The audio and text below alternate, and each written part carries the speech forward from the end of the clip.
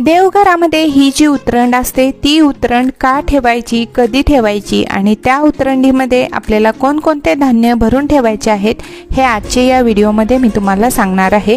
घरामध्ये धनधान्यांची भरभराट राहू दे आणि त्याशिवाय लक्ष्मी देवी आणि अन्नपूर्णा देवीचा निवास घरामध्ये अखंड राहू दे, त्याच्यामुळे अशा प्रकारची उतरंड देवघरामध्ये बऱ्याच वेळा आपण ठेवतो।